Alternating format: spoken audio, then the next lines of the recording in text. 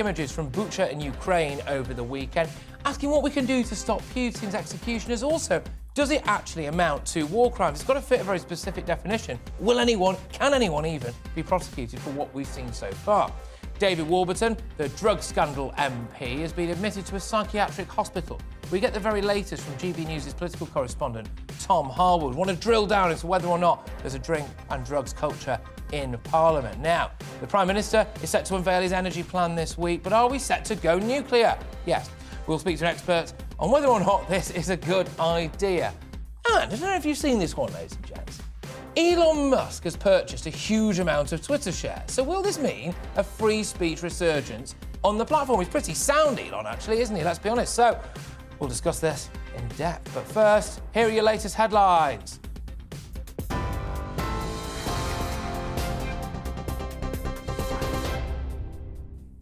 Patrick, thanks very much indeed. These are indeed the latest news headlines. The Prime Minister has said the discovery of more mass graves outside the Ukrainian capital of Kyiv is sickening. Boris Johnson has promised not to rest until justice is done for Ukraine. Human Rights Watch say they've collected evidence of Russian forces committing war crimes in multiple Ukrainian cities, including gender-based violence.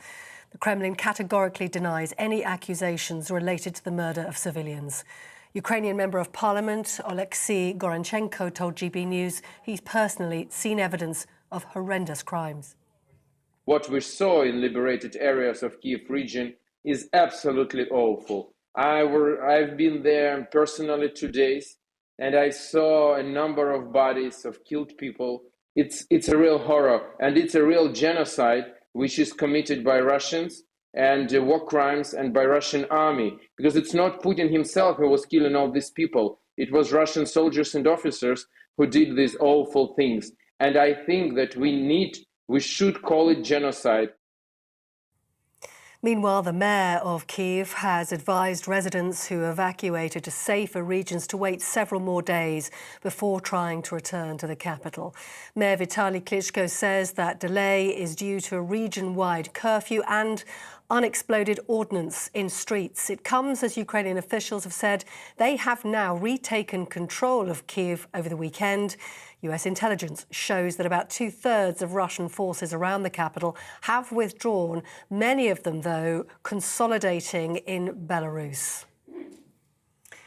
Here, the government's former ethics chief has apologised after being fined over the Partygate scandal. Helen McNamara, who used to be the Deputy Cabinet Secretary, said she was sorry for her error of judgment after receiving a £50 fine in connection with a leaving party held in the Cabinet Office in 2020. 20 fixed penalty notices have been issued as part of a police investigation into COVID rule-breaching parties in Westminster. The Prime Minister's spokesperson says Boris Johnson has not been fined. For people heading overseas on the first day of the Easter holidays, flights have been cancelled and cross-channel services have been hit by major delays. Eurotunnel is warning its rail services to Calais are delayed by 3 hours. British Airways has cancelled at least 115 flights. EasyJet preemptively cancelled 62 flights scheduled for today, blaming sickness with COVID for staff shortages. Sir Keir Starmer, the leader of the opposition, has said the UK needs a proper energy strategy from the government rather than going from one dictator to another.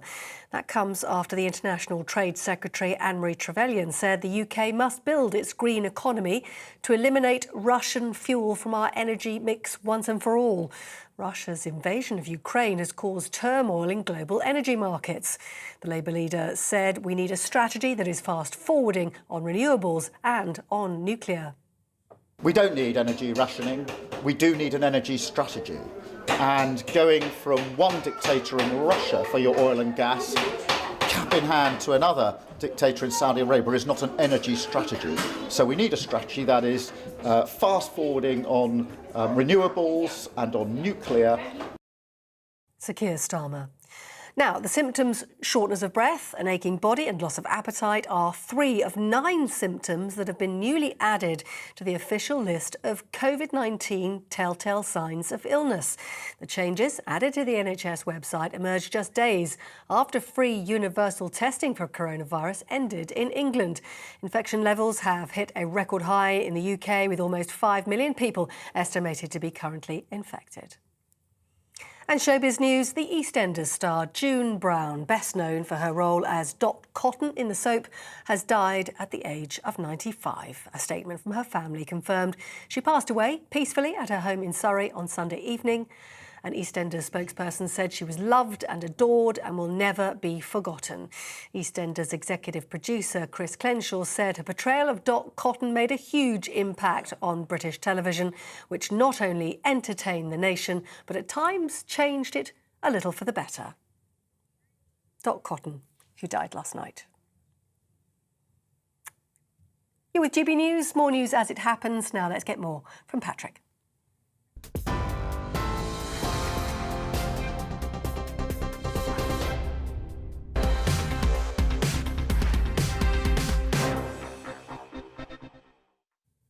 Yes, hello, good afternoon, everybody. Now, Western powers have vowed to hold Russia accountable for the killing of civilians in the town of Bucha and other areas around Kiev, accusing Moscow of a terrible war crime. Well, after Ukraine announced on Saturday that it had reclaimed control of the Kiev region, the first time it has done so since Vladimir Putin rolled the tanks in on the 24th of February, the mayor of Bucha, a liberated town northwest of the capital, said that hundreds of its residents had been killed by the Russian army. Now, there are also absolutely harrowing stories coming in about mass rapes, etc. And even just earlier today, there were 2 different mass graves uncovered, some of which, in a particular area, were believed to be the former mayor's family as well. But let's bring in today's panellists, a wonderful panellist, Joanne Nadler. Thank you very much, Joanne. How are you? I'm fine, thank you. I'm just, I think, like many people watching, grateful every day to be here in this safe, secure country. And just horrified by what we're seeing on our screens. Shocking stuff. It's shocking stuff. And I mean, now that we're seeing the Russians, of course, kind of rolling back, whether it's regrouping, whether it's retreat, we'll have to wait and see. We are now seeing what they're leaving behind. And all too often, it is an absolute trail of destruction. And it seems to be quite recent, because some of the pictures, harrowing images of civilians lying in the streets, for example, they did not look long dead, for want of a better phrase. And so it did seem as though the Russians really had made a concerted effort right at the last minute on their way out to cause as much human suffering as they possibly could. Do you agree, or what do you... Well, I mean, we've quite a lot of the analysis over the last few weeks has suggested that if Putin wasn't able to make the advances that he himself thought he would be able to fairly easily, that he might try and retaliate by using some more brutal means, and commentators have suggested that that might mean that he was more likely, for instance, to use some sort of relatively small nuclear device or chemical weapons. So it's not inconceivable, it seems to me, that what might have happened is that troops have been given an instruction to leave in as brutal a fashion as they were able to do. Yeah. So that's a distinct possibility. But certainly, as you say, the pictures that we're seeing and the testimony that we're hearing, I mean, this is from various different sources. So, I mean, the only perhaps more hopeful aspect of this could be that there is more evidence available in the future to prosecutors than perhaps there has been from previous conflicts, because obviously you need quite a high evidentiary bar. Absolutely. To fulfil the war crimes tribunal requirements. And very specific evidence as well of the individual involved. So as long as there's some distance, essentially, between Vladimir Putin and the atrocities that we're seeing here, it will, by definition, be very, very difficult to prosecute Vladimir Putin, if indeed they ever would anyway. Similarly with his generals as well, there is such a high bar, so even photographic evidence, actually, ladies and gentlemen at home, is not enough. Excuse me, you need eyewitness testimony. You need all sorts of things. You need multiple eyewitness testimony, actually, as well. Very difficult thing to get, especially considering the nature of what some of these atrocities are, i.e. the killing of people. It then becomes very difficult to get eyewitness testimony. But one of two things has happened here. Either Vladimir Putin has lost control of his troops and they have gone rogue and done all this stuff of themselves with their own bat, or Vladimir Putin has ordered it, really. And I think either way, it's a terrible situation, isn't it? Oh, I mean, it's horrific, and in a sense, it reminds one. And we've all hoped that we would never have this kind of feeling of horror again. But the sense in which we heard, or generations before us heard about, when people went into the death camps after the Holocaust, and actually were confronted by things that perhaps they'd heard rumours of, but really hadn't realised that it had happened to the extent that it did. And the fact that this is now happening again in such a short period, albeit I'm not trying to make a direct comparison at all with the death camps, but this degree of human evil, really, it seems to me, on the continent of Europe. I mean, we would have thought it was unthinkable not so long ago. We would actually. But Joanne, stay right there. I know you're not going to go anywhere. I'm going to actually bring in the chair of the Defence Select Committee, Tobias Ellwood, right now. Thank you very much for joining us, Tobias. Great to have you on the show. Look, civilians with their hands tied behind their back, shot in the back of the head. Women raped, allegedly children's bodies mutilated as well. What does it take to get Putin in The Hague? Well, I think we kid ourselves that this is going to happen anytime soon. I think Joanne was absolutely right to understand and explain what's happening under the fog of war, if you like. These pictures that we're seeing show very ill-disciplined troops that have been given almost the green light, if you like, to conduct breaches of the Geneva Convention, to conduct war crimes, to conduct genocide. And in part, we are, I'm afraid, to blame for that, because Putin has recognized the West's timidity. We've set ourselves red lines, which we're refusing to cross. We've essentially given a green light to Putin to do what he likes inside Ukraine. So we're saying never again. We use these phrases. We're never going to see this sort of atrocity again. But here it is happening. It didn't just happen in the Second World War. It's happened since then in places like Rwanda, or indeed where I served in Bosnia too. And we are not willing to step forward. We're not willing to do more to help our Ukrainian friends. We're giving them greater weapon systems and so forth, but essentially we're leaving them to their own devices. Well, what places could like we do Mariupol then, are absolutely Tobias? devastated. Yeah, what could we do then? Because there's talk of a no-fly zone. I'm not convinced that would necessarily work. Are you talking now about boots on the ground? No, I mean, you're jumping to tactical options, which absolutely should be considered. But ultimately, there are weapon systems. We're still having debates about whether a weapon is offensive or defensive. I fired an anti-tank weapon many times. There's nothing defensive about it. It's very much an offensive weapon. We should be upgrading the caliber and scale of weapon systems that we can offer. Those planes that sit with both Poland, Bulgaria, and Romania should be slid across. They've asked for tanks as well. They've asked for anti-aircraft missiles too. We have the port of Odessa, which is now, I believe, in the sights of where Putin wants to go. The reason why he's doing this retreat right now is so he can actually move into Odessa and then landlock Ukraine. If that happens, then all the grain that we now realize is so critical for the world, for much of Africa, Asia, and indeed here in the EU, will not be able to get out through the Black Sea. So why isn't NATO then using a marinized capability to ensure the international waters are kept open? We've become too risk averse. We've had 30 years of moving into a very peacetime modus operandi, and we need to move back into the Cold War statecraft. Those skill sets that allow us to take this incremental risk, I gave a couple of examples of, without believing that everything is going to lead to World War III. Yeah, well, I suppose that's the big question, isn't it? You don't feel like it would. If Putin is genuinely unhinged, I interviewed a doctor several days ago, on Friday actually, who, well, it's all speculation, of course, was relatively convinced that he has one of either thyroid cancer, brain tumour or Parkinson's, and will be on some form of steroid treatment for one, if not all of those things. Again, it is speculation. But if that is the kind of man we're dealing with, and he's just, frankly, not quite right there anymore, actually, could it not lead to World War III? Again, it's curious. I've just come back from both Poland and from Germany, Berlin, Warsaw. They have a very different attitude to this entire event unfolding in Ukraine. They don't see it as a one-off event, but part of it, another chapter after Georgia, after Crimea, after the Donbass region. This is part of Putin's wider plan, Now, if you are Putin for a second, okay, you will feel threatened by the West. You would have been for the last couple of decades, NATO encroaching onto you. And he will see this as survival. He will see the Soviet Union being humiliated when that collapsed. So his task will be to link up with China, who also feels the same way. They have a long-term foreign policy to make the West weaker so they can therefore survive. And until the penny drops that this is the bigger picture that we face, we will continue to look at Ukraine through the wrong prism. Both Poland and Germany are increasing their defense spending to 3%, because that's where they see the dangers in Europe absolutely going, state-on-state warfare. We're still kidding ourselves that somehow we can enclose this and keep this in Ukraine. That isn't going to happen.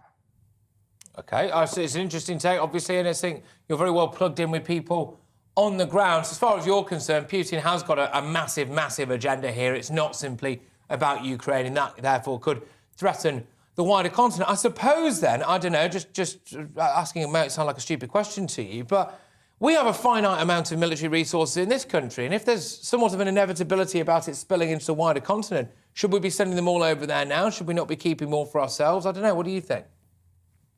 Well, certainly we should be looking longer term and saying, if this is the new era of insecurity that we now face, then our peacetime budget of 2% will not be enough. We simply don't have the Navy to be able to cover our operational requirements across the world. The Black Sea is now going to become absolutely pivotal to that. We do need to review those decisions that were made in the last time we did a study on this in 2021, where we're going to have a pivot to China. Well, perhaps that needs to be reviewed now. We certainly shouldn't be cutting 10,000 troops, as was earmarked in that last review, cutting tanks, cutting armored personnel carriers, cutting our Hercules heavy lift aircraft. These are all the decisions which I think need to be reconsidered.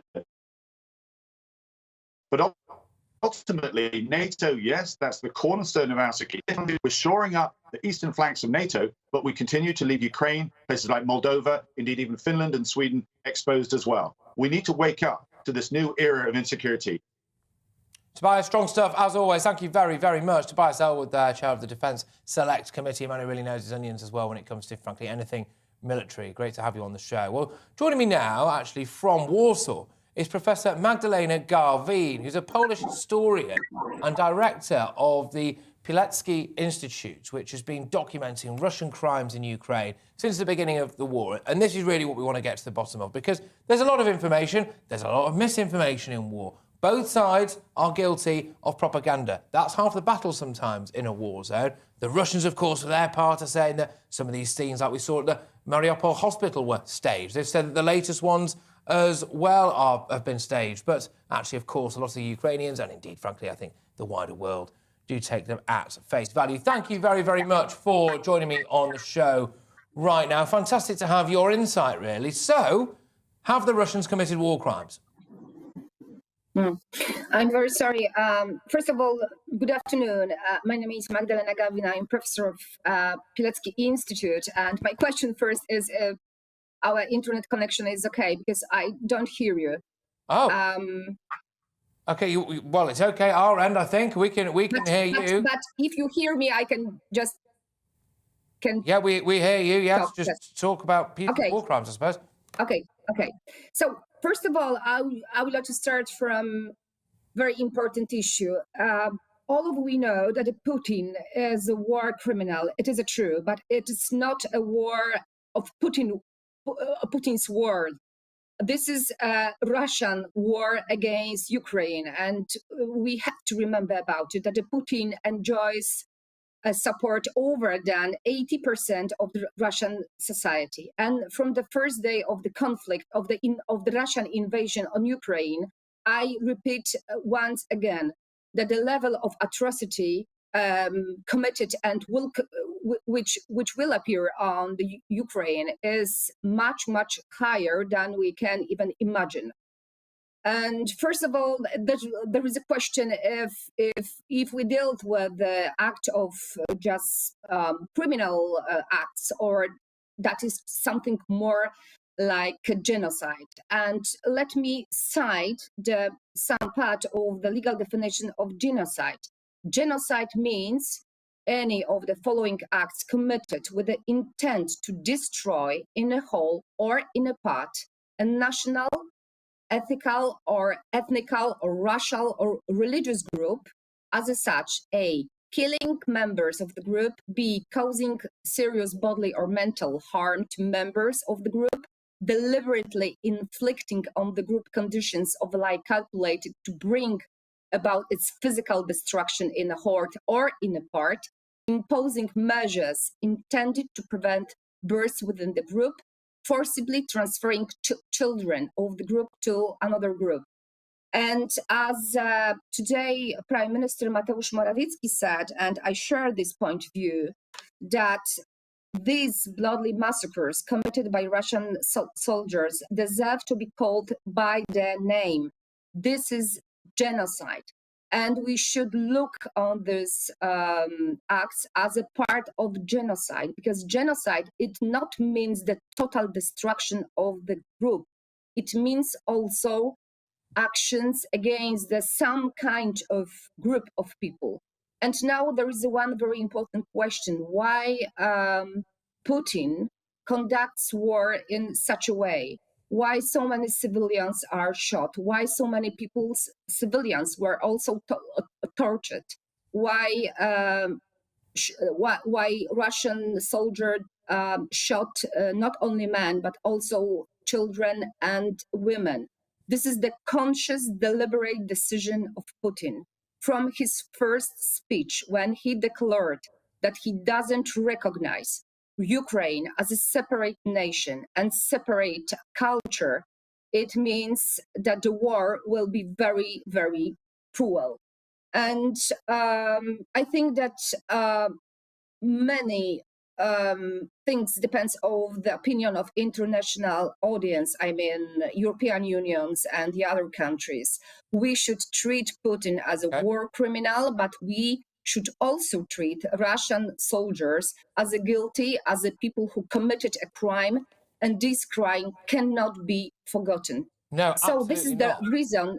Yes. Absolutely not. And I'm sorry this was a bit short and sweet, as we say over here, but we do have to move on, unfortunately. But Magdalena, I would love to have you back on the show very, very soon as this war progresses, because you've got a real insight there and a real depth of knowledge into this subject that I think is incredibly valuable for anyone who's listening on radio, watching on TV, or, of course, online. Magdalena, thank you very, very much. Magdalena Gawin there, Polish historian and director of the Pilecki Institute, which has been documenting Russian crimes in Ukraine since the beginning of this war. And there are big questions to be answered there, ladies and gentlemen at home, aren't there, really? Which is that, OK, war is war, there is a fog of war, people die in war, shots go astray, etc. But how many civilians have really been targeted here? How many women and children, how many men have died, shot in the back of the head with their hands behind their back? How many elderly people have died? And you do start to build a picture, don't you, of maybe the kind of attitude that the Russian government, obviously, Russian soldiers, are taking to this battle. We're going to move on now and just talk a bit about energy, basically, because it's affecting us all, the cost of living crisis, etc. But just before I do that, I want a cheeky little plug for emails, OK? gbviews@gbnews.uk, because later on in the show, we are going to be having a big debate. Now, that big debate is on gender-neutral toilets, OK? I was doing my show earlier, to the point, 10 a.m. until midday, cheeky little plug, and people were emailing in their droves. We mentioned it, there was a news story on it just about some gender-neutral toilets popping up in some park somewhere, you know. And everyone got in touch, loads of people. And one woman's account really stood out for me. She went, look, my 11-year-old daughter went to gender-neutral toilets in Cornwall. 2 huge men went in after her. Obviously, everything turned out to be fine, but it was really, really concerning for her. And I thought, hang on a minute, let's have that debate. So where do you stand on gender-neutral toilets? gbviews@gbnews.uk. Let's have some of those views in so we can read them out whilst we're having that debate. But now, back to the matter in hand. Boris Johnson will this week lay out plans for a new generation of nuclear power stations in the UK as part of the government's energy strategy. So the Prime Minister is understood to have won a funding round with Chancellor Rishi Sunak, with the Treasury agreeing to underwrite a £100 billion project to develop up to 7 new nuclear facilities. Well, the strategy, drawn up in response to Russia's invasion of Ukraine, of course, will detail how the government hopes to reform Britain's energy sector over the medium and the long term. Well, joining me now to discuss this is Deputy Director at Net Zero Watch, Andrew Montford. Andrew, thank you very, very much. Are you pro-nuclear? Good afternoon. I'm pro-nuclear, yeah. Nuclear's fine with me. It's good. renewables I have a problem with. Right, so why are you pro-nuclear over renewables? Okay, so nuclear can give us stable baseload. Okay, the grid needs baseload to operate on. Renewables is a different matter altogether. Renewables, it doesn't matter whether they're cheaper or more expensive than gas. They will put the price of your electricity up. This is something that the politicians seem to be missing. Essentially, everybody in the electricity market gets the same price as the most expensive people in the electricity market, which is the gas-fired turbines. So if you have more wind, your gas-fired turbines run less often, they're more expensive as a result, and everybody's prices go up. So what Boris Johnson is proposing is a plan to essentially put your electricity bills up even further. The other thing to say is that nuclear and renewables don't really work very well together, because nuclear needs to run flat. It needs to have the same output pretty much all the time. Wind, as we all know, whizzes up and down depending whether the wind's blowing or not. And you're still left with this problem of how you get supply and demand to meet, for which you need gas. So this plan that they're talking about of wind and nuclear, apart from being very expensive, isn't going to solve the problem. We're still going to need lots and lots of gas. So you think this will put our bills up more? Correct. It doesn't matter how expensive gas gets. If you have more wind, your bills will go up higher. OK, all right, fair enough. I mean, the thing is, though, it's about time we actually had some form of plan. What we're witnessing now is a man fumbling around in the dark, although arguably Boris Johnson is your man for that, fumbling around in the dark and desperately trying to clean up the mess of the last 20 years of kind of climate inaction, in a sense, or lack of climate change planning from us, you know? Yeah, I think even if Boris Johnson wanted to do it, to do meaningful steps that would bring prices down, he has the problem that his party is pretty green, and everybody is under this huge pressure from the environmental and renewables lobby, who just want more and more money spent on them. So it is a very, very difficult situation. And the problem is the only steps that can be taken in the short term are extremely unpalatable for politicians who are worried about such things. We at Net Zero Watch put out a plan which would, we believe, take maybe as much as £800 off your bills within the space of a year or so, plus the same again in cost of living reductions. Yeah. But that would involve shutting down all the renewables. And that is completely unpalatable to politicians. Now, I think that's a conversation that we are increasingly going to have, because if we carry on down the road we're going down, things are going to get worse, and people are going to feel a lot more pain. Well, this is it. And I think when people see the reality of it and they get fed up of sleeping in their socks and a hoodie every single night and, you know, watching their elderly relatives shiver in their own front rooms, they might start to wonder why on earth our government spent so much time listening to a little girl from Sweden who, by definition, has almost never been to school. But thank you very much, Andrew Montfort there, Deputy Director at Net Zero Watch. Right, OK, coming up, these emails are flooding in thick and fast, by the way, ladies and gentlemen. You'd love to see it, about the issue of gender-neutral toilets, because we are going to have a big debate on this. Should they exist? Are they dangerous? Are they progressive? We'll be finding out. But coming up after the break, we also get the latest Westminster news from GBNews' political correspondent, Tom Harwood. But first, yes, it is a short break, and then your latest news.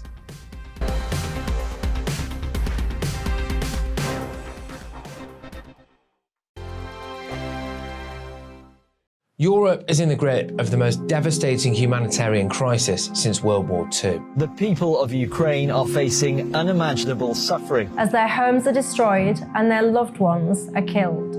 Millions of people are being forced to flee for their lives, carrying only their children, their pets, and the clothes on their back.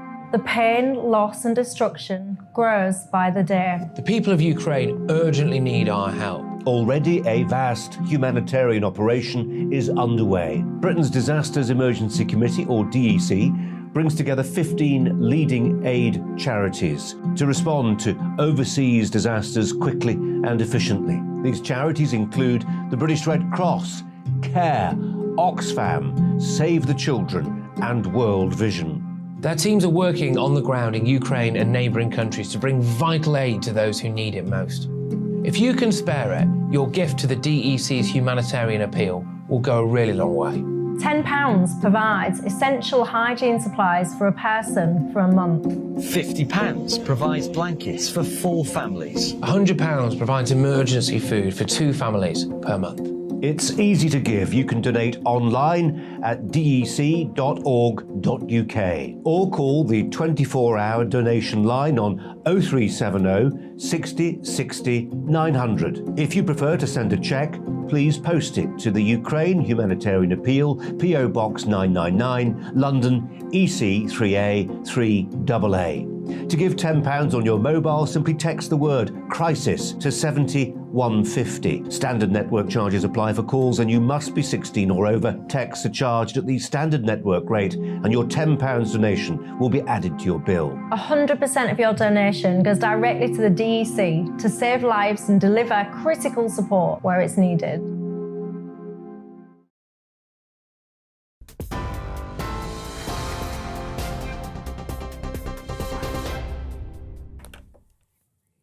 I'm Polly Middlehurst, and these are your latest news headlines. Environmental scientists are warning that without immediate action to cut greenhouse gases, there will be catastrophic impacts of climate change. A UN report says it's necessary to keep temperatures from rising above 1.5 degrees by substantially reducing the use of fossil fuels. The UN Secretary-General, Antonio Guterres, says the world must triple the speed of switching to renewable energy. The jury has reached a verdict, and it is damning. This report of the Intergovernmental Panel on Climate Change is a litany of broken climate promises. It is a file of shame, cataloguing the empty pledges that put us firmly on track towards an unlivable world. We are on a fast track to climate disaster. Antonio Guterres.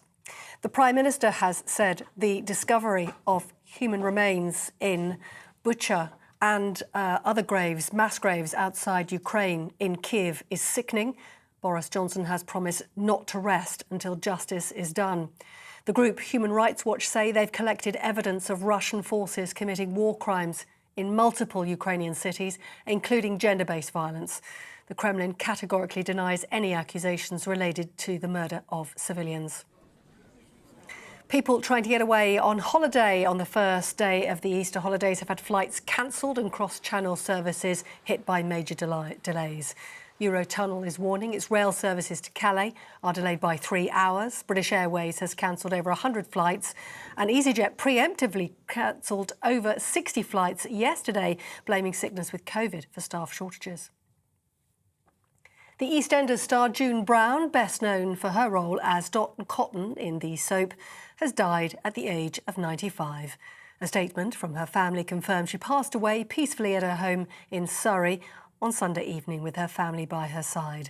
An EastEnders spokesperson said she was loved and adored and would never be forgotten.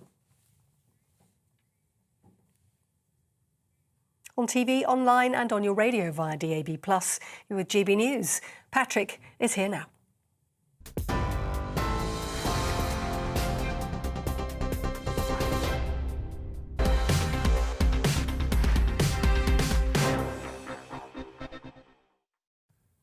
Welcome back. You're with Patrick Christie's on GB News, on TV and on your radio, and indeed online. We are quite literally everywhere. Now, a Tory MP at the heart of a parliamentary sex and drugs probe has been admitted to a psychiatric hospital with severe shock and stress, his wife has claimed today.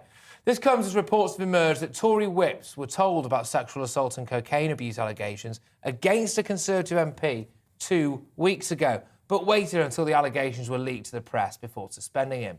Well, joining me now is Joanne Nadler, of course, in the studio with me throughout the show, in fact, and GB News' very own political correspondent, Tom Harwood. Tom, look, I'll start with you. How serious is this? Well, there were some very serious allegations that became public over the weekend. against David Warburton, of course the MP for Somerset and Frome. Now, looking at these allegations, there are two levels to them. Number one, the drugs charge. There's a photo alleging David sitting next to lines of what appears to be cocaine. Yeah. But then there's the other half of this, which is somewhat more serious, whereby two women who have worked for him in the past have alleged sexual assault. On one occasion, allegedly, the MP getting naked and into bed with a woman who did not want that to happen, which is obviously an incredibly serious charge. Obviously, he denies all of these claims, but this is something that is rumbling forward. As you mentioned, admitted to a psychiatric ward as well. Yeah. However, his wife is also standing by him. So lots of angles here, and obviously an investigation that needs to take place. I wonder if it would be news, Tom, one week, it'd actually be the headline on all the front page if there hadn't have been some kind of sex, drink or drug scandal with an MP in the House of Commons, actually. But it does point to potentially a worrying culture in the House of Commons. Now, you stalk the corridors of power on a daily basis, pretty much. Do you think there is a problem with drinking? Do you think there is a problem with drug use? Do you think there is a problem with misogyny? There was a scandal that broke around the time of the Me Too movement. It was named Pestminster. And of course, there were many allegations of people who abuse their positions of power, because the way that Westminster is structured is so very different from just about any other workplace. What you have, instead of employees, MPs are employers. They employ small teams of staff and they're accountable, well, to their constituents every 5 years rather than any higher authority. Now, there are some standards processes and those have been strengthened in recent years, but ultimately what you have is a workplace whereby people are working incredibly long hours. There are bars in the House of Commons. Yeah. 'Twas ever thus. I think it would be remiss. We'd lose something in our politics if we were to lose. That's how Parliament works. But of course, that comes with some serious consequences sometimes. There are so many reports of whether it's, particularly in the Strangers Bar, which is one of the ones that is one of the MP's particular haunts. There have been fights, there have been allegations of racist events, and indeed, of course, so many different allegations of sexual assault over the last few years. It's really quite a serious and murky practice. But I suppose this isn't just something that's in politics. There are 650 members of Parliament. Hearing about those that abuse their power, I sometimes wonder, is it reflective of the population at large? There are many abuses of power that we hear in the media, that we hear elsewhere in business and everything else. Is this really our politics reflecting wider society? And is this a societal issue or a political issue? Well, I suppose that's a very good point, because, you know, if the House of Commons is supposed to hold a mirror up to the country, as it were, and with the amount of representatives, etc., then you get the good with the bad, I suppose. But John, I want to bring you in now. Is it a dangerous place for women, Westminster, do you think? Well, I mean, I worked in and around Westminster when I was with the BBC for many years. And I have to say, I never felt in any way compromised by any politicians. One or two members of my profession, maybe I couldn't speak so highly of, but that was, you know, just my experience. I do want to slightly pick up, Tom, on one of his comments earlier, which you seemed quite dismissive in a way of the picture of the MP with sitting next to the lines of cocaine. I mean, I think that is a very serious charge in itself, given that, yes, perhaps MPs have foibles and you have 650 of them, and perhaps there's a certain percentage that will reflect vagaries in the human condition, but they are elected to be legislators, and that's a very clear breach of the law. Class A drugs are illegal. And in fact, Mr. Warburton himself, I believe, was pictured in the House of Commons making a very important point about the exploitation of children in the county lines gangs who go behind supplying Class A drugs like cocaine. So I don't think we should be in any way dismissive of that aspect of the story. I think we can draw a distinction between the two. I think the rather more serious charge is that affects the women that he was senior to, because of course when we look at those drugs charges, we only need to look at half the cabinet who have admitted themselves to similar misdeeds.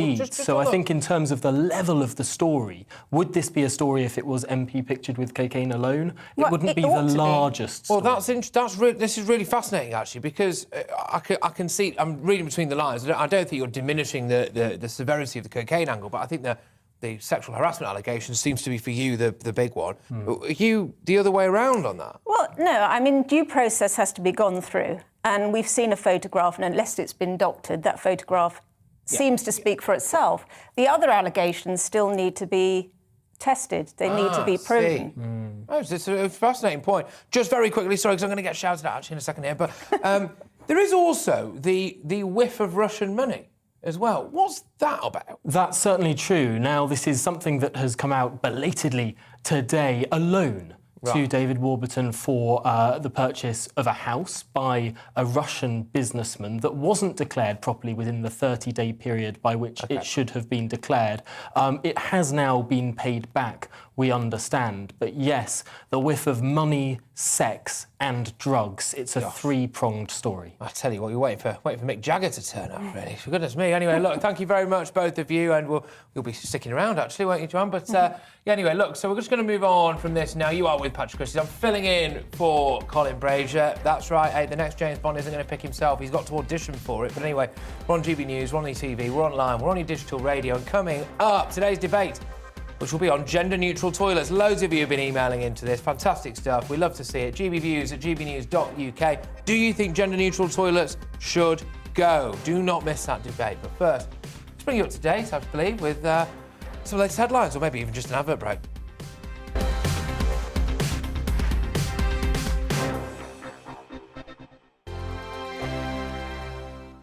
Europe is in the grip of the most devastating humanitarian crisis since World War II. The people of Ukraine are facing unimaginable suffering as their homes are destroyed and their loved ones are killed. Millions of people are being forced to flee for their lives, carrying only their children, their pets, and the clothes on their back. The pain, loss and destruction grows by the day. The people of Ukraine urgently need our help. Already a vast humanitarian operation is underway. Britain's Disasters Emergency Committee, or DEC, brings together 15 leading aid charities to respond to overseas disasters quickly and efficiently. These charities include the British Red Cross, CARE, Oxfam, Save the Children, and World Vision. Their teams are working on the ground in Ukraine and neighbouring countries to bring vital aid to those who need it most. If you can spare it, your gift to the DEC's humanitarian appeal will go a really long way. £10 provides essential hygiene supplies for a person for a month. £50 provides blankets for 4 families. £100 provides emergency food for 2 families per month. It's easy to give. You can donate online at dec.org.uk or call the 24-hour donation line on 0370 60 60 900. If you prefer to send a cheque, please post it to the Ukraine Humanitarian Appeal, PO Box 999, London, EC 3A 3AA. To give £10 on your mobile, simply text the word crisis to 70150. Standard network charges apply for calls, and you must be 16 or over. Texts are charged at the standard network rate, and your £10 donation will be added to your bill. 100% of your donation goes directly to the DEC to save lives and deliver critical support where it's needed.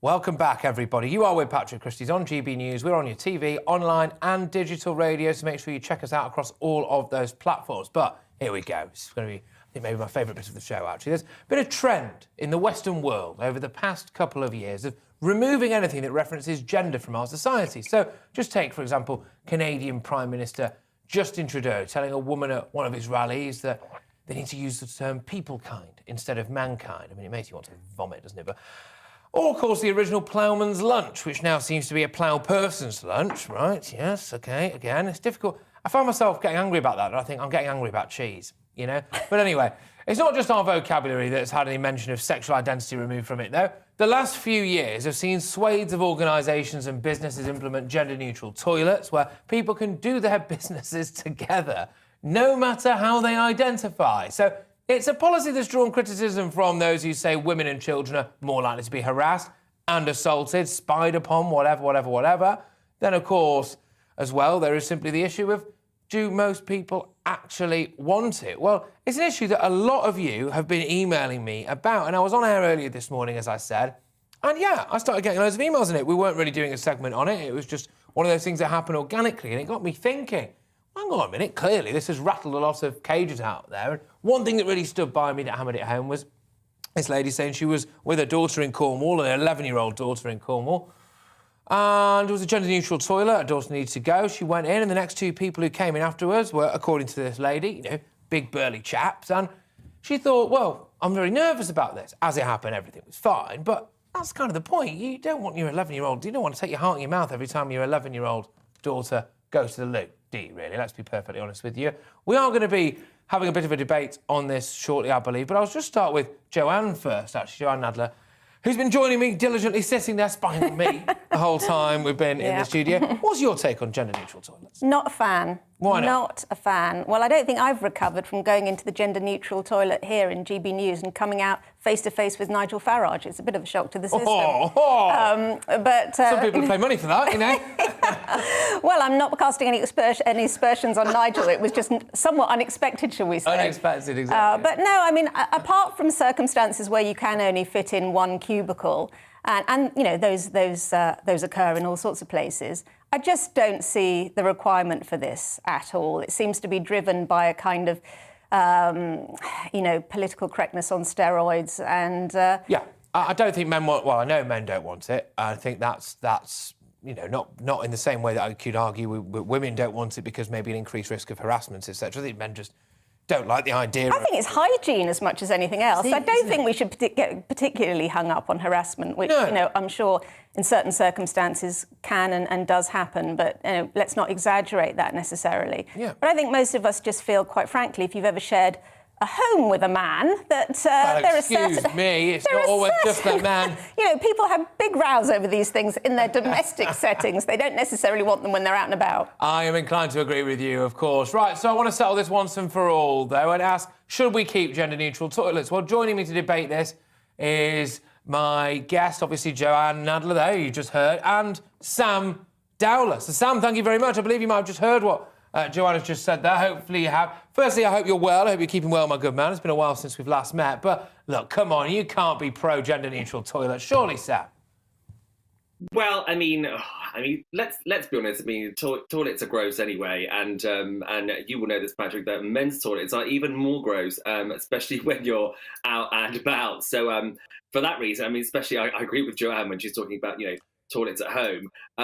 But I think maybe with a gender-neutral toilet, you get sort of, I think men would maybe check themselves a bit more, like not pee on the seats or have a look and, you know, and check, and also no gross urinals either. So I'm for gender-neutral toilets because I think, you know, it's a case of going in, you know, doing your stuff and leaving. I mean, at the end of the day, you know, everybody's poo smells gross. So at the end of the day, whether you're a boy or a girl. So I think at the end of the day, like with you have there at GBNews, I've been to the toilets there before, and they are fine. Look, that is the point, though, Sam, isn't it? Which is that I think you don't necessarily want to be in that environment where you are in that. And I know that Joanne touched a bit earlier about the sexual harassment element of it and not wanting to overplay that. But it is a point, Sam. You know, especially if we're talking about, say, a nightclub, for example, you know, and people, it's 1 o'clock in the morning, everyone's had a few drinks and potentially something else as well.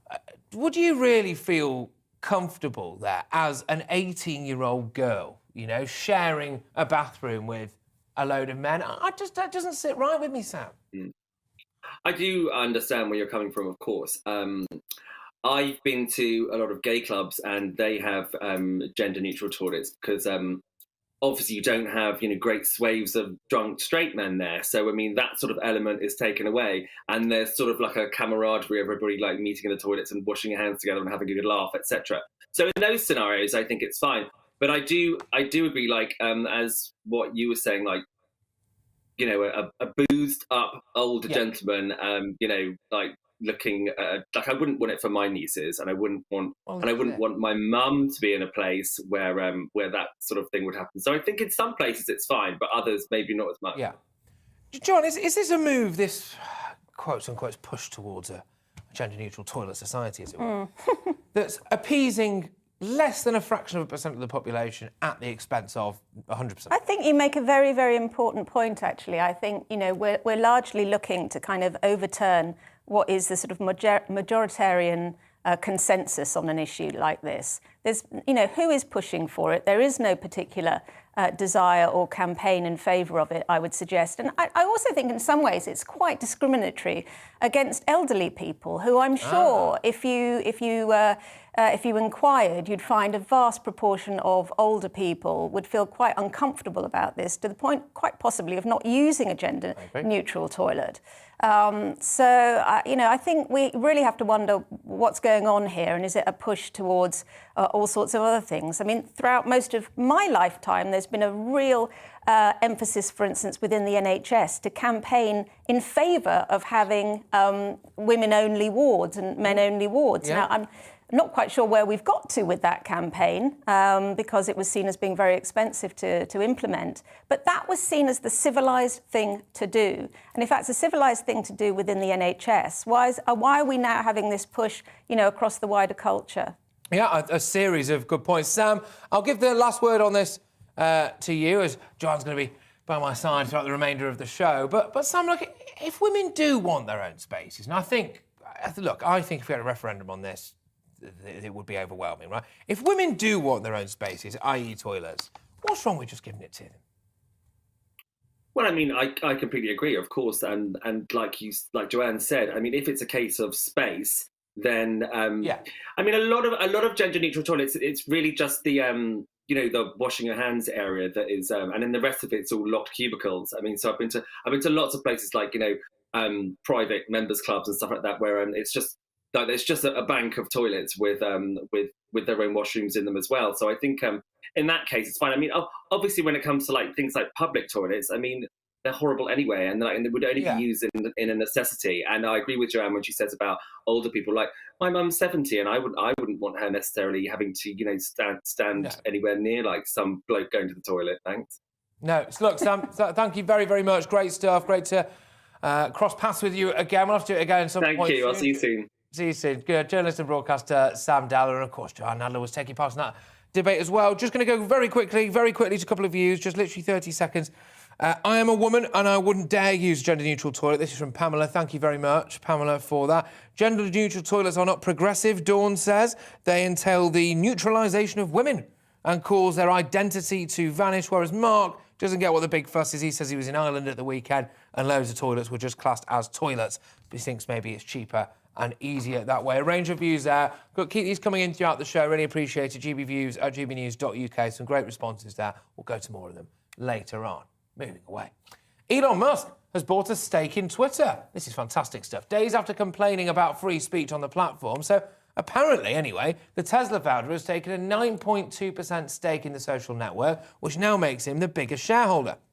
The billionaire is one of Twitter's highest profile users with more than 80 million followers. And joining me to discuss this is former strategic advisor, to get this, ladies and gentlemen, President Donald Trump himself. It's Dr. Sebastian Gorka. Dr. Gorka, how are you?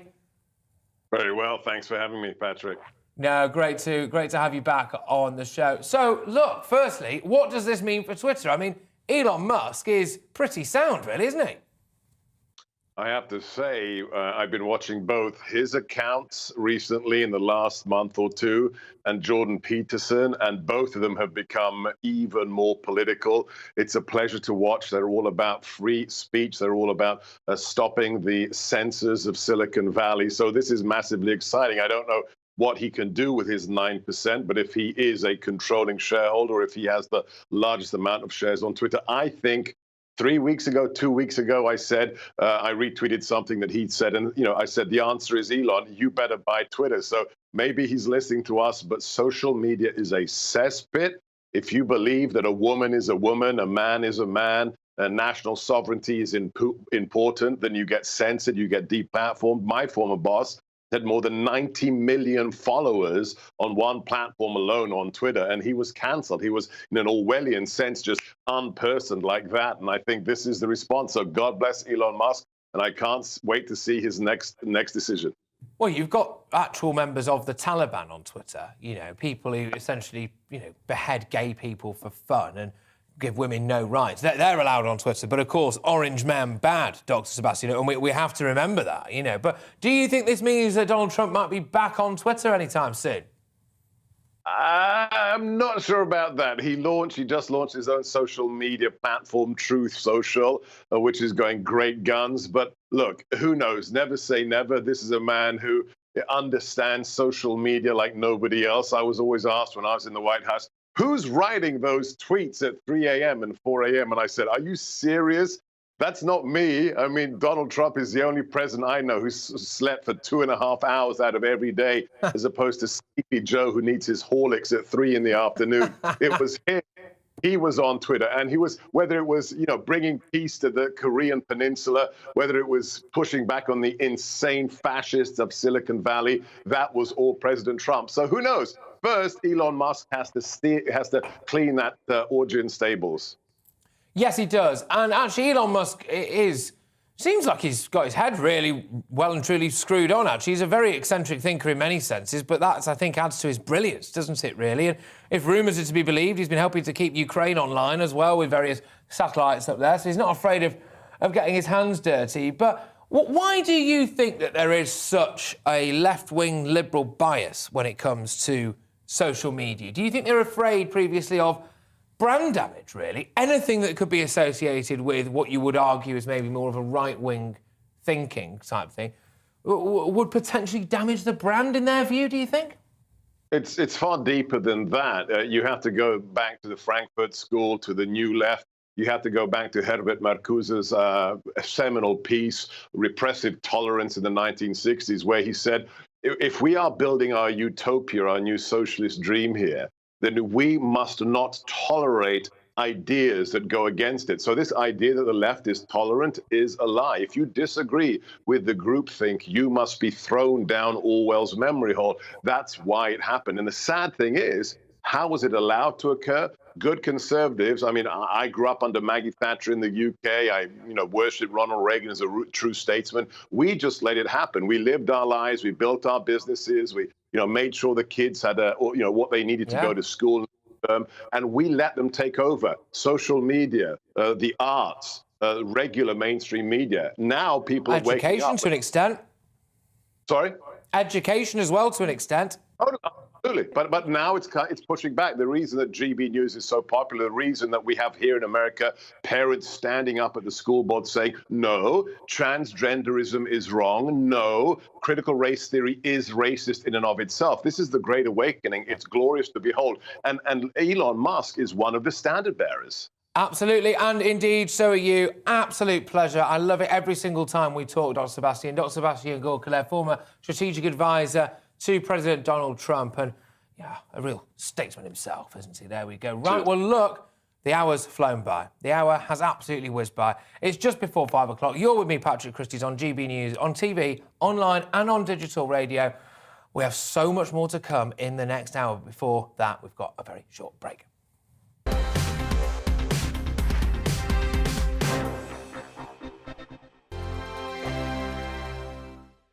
Europe is in the grip of the most devastating humanitarian crisis since World War II. The people of Ukraine are facing unimaginable suffering as their homes are destroyed and their loved ones are killed. Millions of people are being forced to flee for their lives, carrying only their children, their pets, and the clothes on their back. The pain, loss, and destruction grows by the day. The people of Ukraine urgently need our help. Already a vast humanitarian operation is underway. Britain's Disasters Emergency Committee, or DEC, brings together 15 leading aid charities to respond to overseas disasters quickly and efficiently. These charities include the British Red Cross, CARE, Oxfam, Save the Children, and World Vision. Their teams are working on the ground in Ukraine and neighbouring countries to bring vital aid to those who need it most. If you can spare it, your gift to the DEC's humanitarian appeal will go a really long way. £10 provides essential hygiene supplies for a person for a month. £50 provides blankets for 4 families. £100 provides emergency food for 2 families per month. It's easy to give. You can donate online at dec.org.uk or call the 24-hour donation line on 0370 60 60 900. If you prefer to send a cheque, please post it to the Ukraine Humanitarian Appeal, PO Box 999, London, EC 3A 3AA. To give £10 on your mobile, simply text the word crisis to 70150. Standard network charges apply for calls and you must be 16 or over. Texts are charged at the standard network rate and your £10 donation will be added to your bill. 100% of your donation goes directly to the DEC to save lives and deliver critical support where it's needed.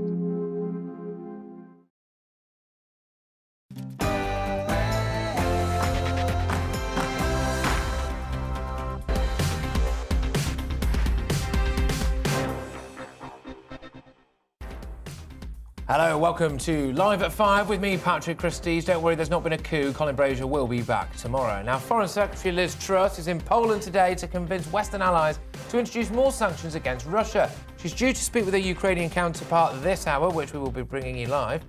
Should the home nations be going to the Qatar World Cup? That's a question that many people are asking. You know, it's a human rights cesspit. We take the knee, don't we? Well, hang on a minute. Can we pick and choose when it comes to what values that we have? And Hungarian leader Viktor Orban has swept a victory against all the odds. We speak to GBNews host Nigel Farage and how significant this could be for Europe. But first, here's the latest headlines.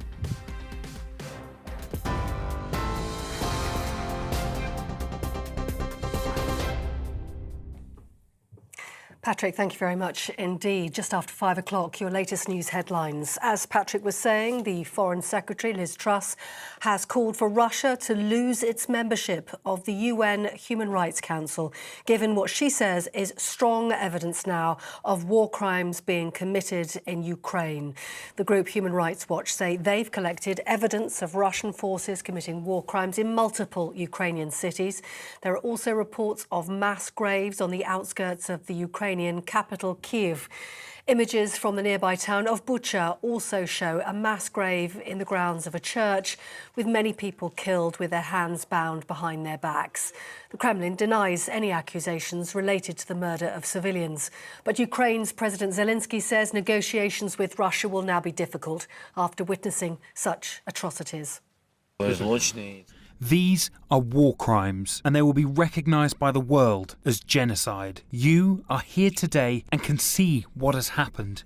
We know thousands of people killed and tortured, with severed limbs, raped women, and murdered children. I think it is more than... This is genocide. President Zelensky speaking there, but the US President Joe Biden has been calling for a war crimes trial over those civilian killings in Bucha. You saw what happened in Bucha. This warrants him, he is a war criminal. But we have to gather the information. We have to continue to provide Ukraine with the weapons they need to continue the fight. And we have to gather all the detail so this can be have a war crime trial. This guy is brutal, and what's happening in Bucha is outrageous, and everyone's seen it. Joe Biden. Meanwhile, the mayor of Kyiv has advised residents who evacuated early on to safer regions to wait several more days before they return to the capital city. Mayor Vitaly Klitschko says that the delay is due to a region-wide curfew and unsafe, unexploded ordnance lying in the streets.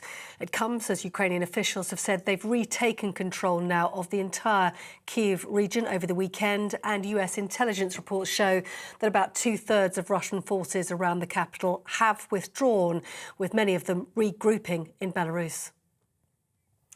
In other news today, environmental scientists are warning that without immediate action to cut greenhouse gases, we face the catastrophic impacts of climate change.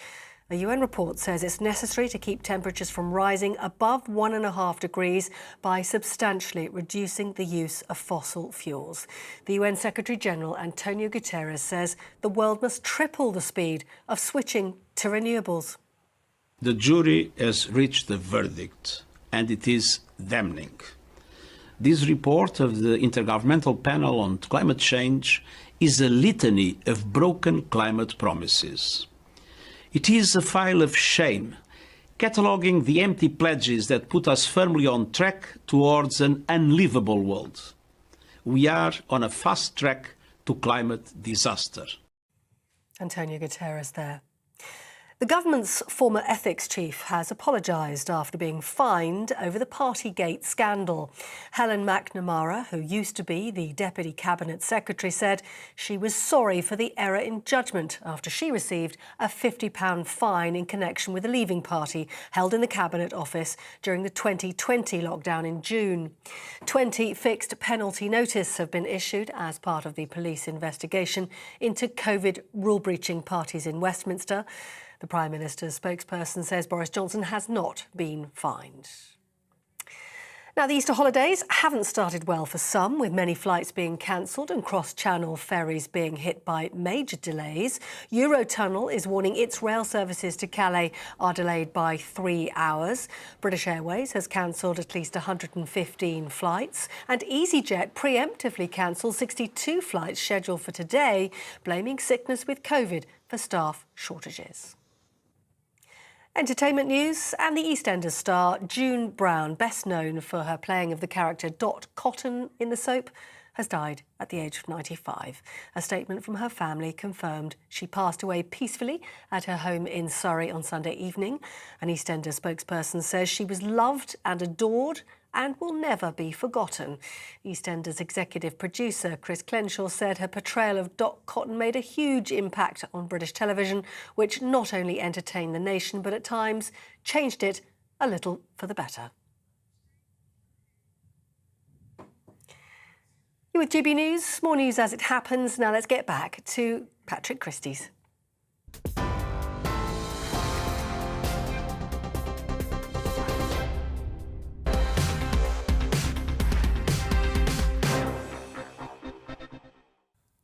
Welcome back, everybody. Now, well, early on in the show, we were discussing the atrocities, weren't we, of course, by Russian soldiers in the Kyiv suburb of Bucha.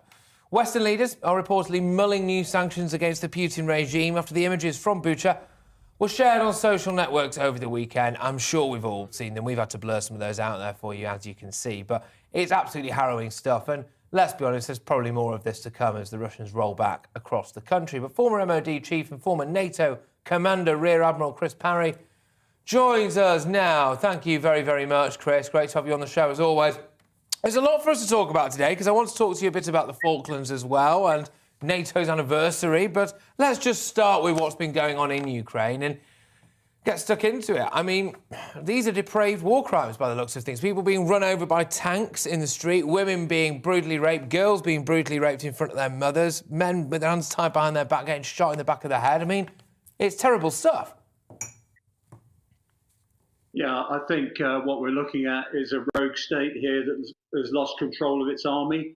Any honour the Russian army thought it had has been lost in Ukraine, and they're repeating some of the atrocities and obscenities that we saw between 1944 and 1948 in Germany.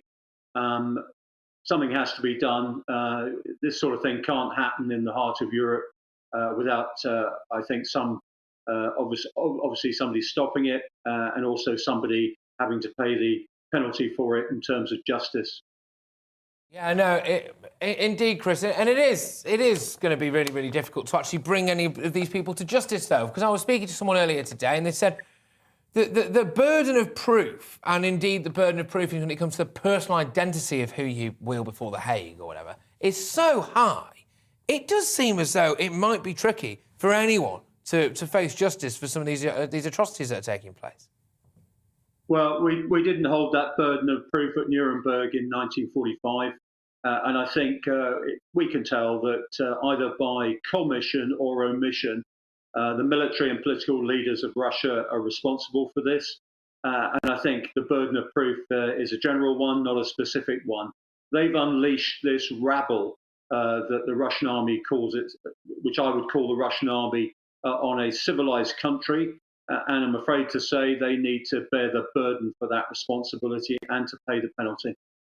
Putin has often been referred to as, for want of a better phrase, really, almost like the best gangster that the world has ever seen. People talk about the extreme wealth of the likes of Jeff Bezos. Jeff Bezos doesn't own a landmass the size of Russia and does not own nuclear warheads, have a space program and a massive army. So what we're seeing now is almost like the way a gangster would act, isn't it? Send in some very lawless boys, basically, to go and loot a place, to torch it to the ground, to just cause massive, massive destruction. That's what we're seeing here, isn't it, really? The actions of a gangster. Well, I think it's long been known that Russia is a mafia state. It's out of control now. Anybody that flourishes nuclear weapons around in support of a regional campaign doesn't deserve to be heading any sort of civilized state, and every Russian should hold his or her head in shame for what is being perpetrated and committed in their name. Move away now from what's going on in Ukraine. We've spoken at length about that throughout the show and indeed on this channel throughout the day, really. But of course, it was the 40-year anniversary of the Falklands and the invasion of the Falklands and our reclaiming of the Falklands. And I was just hoping you might be able to talk to me a bit about what memories spring to mind for you, really, of that particular conflict. Well, Patrick, I was 28 years old at the time, and we didn't expect to go to war, to tell you the truth, even right down to the point where we got involved in combat. I think it's a popular myth that people thought they left the UK going off to war. That wasn't the case.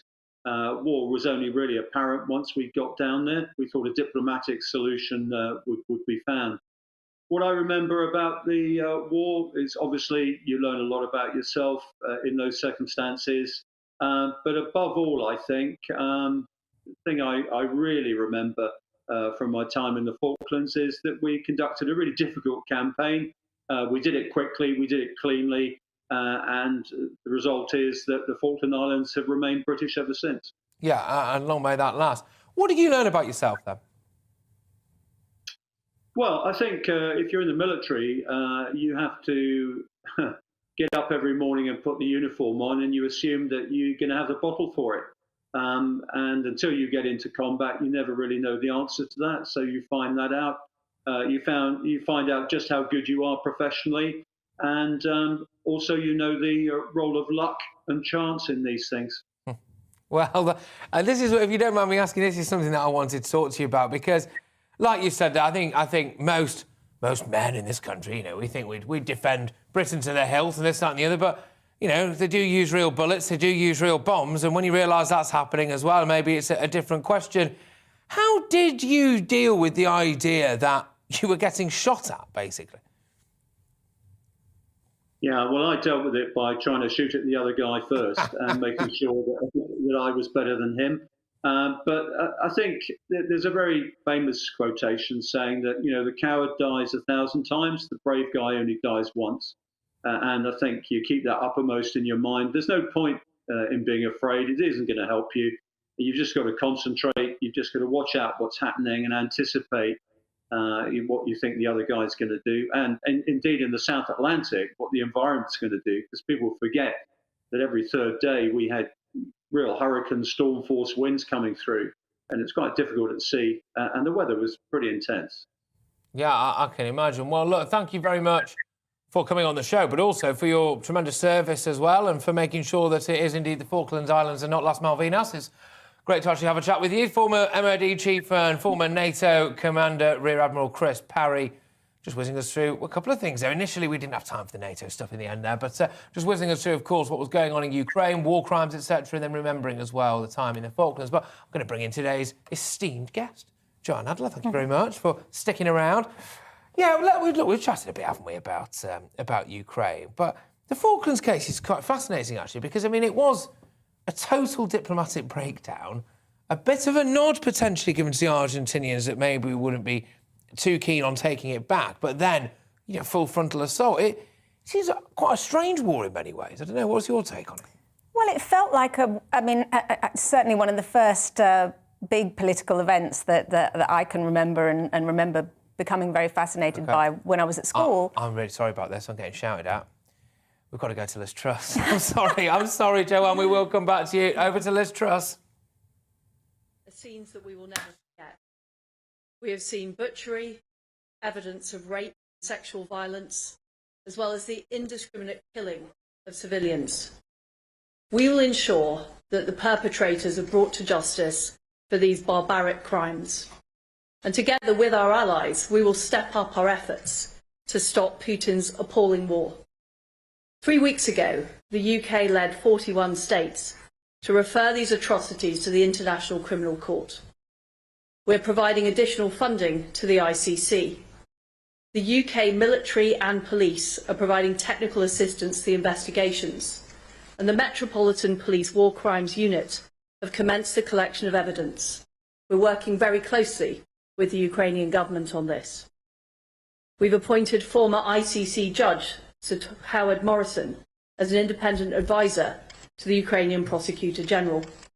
And today I can announce that we're launching a £10 million civil society fund to support organisations in Ukraine, including those helping the victims of conflict-related sexual violence. We will not rest until these criminals have been brought to justice. We are clear that after these appalling crimes, Russia has no place on the Human Rights Council. And it is the responsibility of the UK and our allies, and that's what Dmytro and I have discussed today, to step up our support for our brave Ukrainian friends. That means more weapons and more sanctions. Putin must lose in Ukraine. Later this week, the G7 foreign ministers and the NATO foreign ministers will meet. We need to announce a tough new wave of sanctions. The reality is that money is still flowing from the West into Putin's war machine, and that has to stop. In Brussels, I will be working with our partners to go further, as has been advocated by Dmytro, in banning Russian ships from our ports, in cracking down on Russian banks, in going after new industries filling Putin's war chest, like gold, and agreeing a clear timetable to eliminate our imports of Russian oil, gas and coal. We also need even more weapons of the type the Ukrainians are asking for. The UK is supplying more, including next-generation light anti-tank weapons, Javelin missiles and Starstreak anti-aircraft systems. And last week, we hosted a donor conference with our allies to secure more. The fact is that being tough is the only approach that will work. Putin has escalated this war, and this approach is vital to ensuring he loses in Ukraine and that we see a full withdrawal of Russian troops and Ukraine's hand is strengthened at the negotiating table. There should be no talk of removing sanctions while Putin's troops are in Ukraine and the threat of Russian aggression looms over Europe. We need to see Putin withdraw his troops. We need to see Ukraine's full territorial integrity restored. We need to see Russians' ability for further aggression stopped. We need a plan to rebuild Ukraine, and we need justice done at the International Criminal Court. Dmytro, we salute your bravery and the bravery of the Ukrainian people. We are determined to help in whatever way we can. We will back you unwaveringly in your negotiations, and together we will not rest until Putin fails and Ukraine prevails. Dmytro, I'd like to invite you to make a few comments. Thank you. It's always a great pleasure to have another meaningful conversation with Liz. I regret we're not seeing each other in Kiev, but I hope I will be able to host you in Kiev soon. Ukraine won the battle for Kiev, but the war goes on. We are preparing for the new large-scale offensive by Russia in eastern Ukraine. They will try to capture more territories in Donetsk and Lugansk regions. They will try to entrench and root themselves in the Kherson region. They will try to capture bleeding Mariupol. What you've seen, the horrors that we've seen in Bucha are just a tip of the iceberg of all the crimes that have been committed by Russian army in the territory of Ukraine so far. And I can tell you without an exaggeration, but with great sorrow, that the situation in Mariupol is much worse compared to what we've seen in Bucha and other cities, towns and villages nearby Kiev. Horrors of Bucha, Mariupol and other places demand serious G7 and EU sanctions. I appreciate everything that has been done so far, but Liz is right. The West continues to fuel Russian war machine with payments for fossil fuels, with trade that is still taking place between Russia and Western countries, with financial transactions conducted through Russian banks that have not been disconnected from SWIFT yet. And when we discuss the sanctions that must be imposed on Russia without any delay, actually we have the same speaking points with Liz, and I appreciate that the fact that Ukraine and the United Kingdom are aligned on this issue too. Half measures are not enough anymore. I demand from our partners, on behalf of the victims of Bucha and the people of Ukraine, to take the most severe sanctions against Russia this week. This is not the request of Ukraine's foreign minister. This is the plea of the victims of rape, torture and killings, their relatives and the entire Ukrainian nation. I have heard thousands of arguments why this or that sanction cannot be imposed against Russia. It's time to put all hesitation, reluctance, business-wise arguments aside and think about human sufferings and the need to stop the Russian war machine until it kills and destroys more on its way. I invite foreign representatives, my colleagues, those who still have doubts whether to disconnect Russian banks from SWIFT or to continue buying Russian gas, oil and coal, or to receive Russian vessels in ports and process products either sold to Russia or bought from Russia. I invite all of them to visit Bucha without any delay, to visit a small village and stand in front of the mass grave, to see the bodies of dead Ukrainian women who had been raped before being killed and whom the Russians tried to set on fire to hide the traces of their crimes. And I do this address to all foreign ministers who will be meeting this week at NATO, at the European Union, at the G7 ministerial. If you have doubts, reluctance, or arguments about the need to keep doing business with Russia, go to Bucha first, and then talk to me. The same goes for weapons. There have been some hesitations and reluctance to provide Ukraine with all weapons that we are asking for. The same approach should be applied to the issue of weapons. The more weapons we have, the sooner we will be able to win this war and to prevent Russia from committing more crimes. I appreciate the United Kingdom's readiness to work closely with Ukraine on the investigation of the committed war crimes and to bringing perpetrators and their commanders to account. International justice takes time, but we will be focused on making sure that they pay the price for what they have done to the people of Ukraine. After everything we've seen, I believe I would like to echo what Lee said and also demand the expulsion of Russia from the Human Rights Council. Ukraine has been raising this issue before. We now insist that this must be done immediately. Finally, I would like to say that 2 points. We discussed how Ukraine, United Kingdom and Poland can further build up our relations in the trilateral format that we created shortly before the aggression. This last month demonstrated that Poland, Ukraine and the United Kingdom are the closest friends and they can do a lot together. And I see that there is a political will in both London and Warsaw to do more.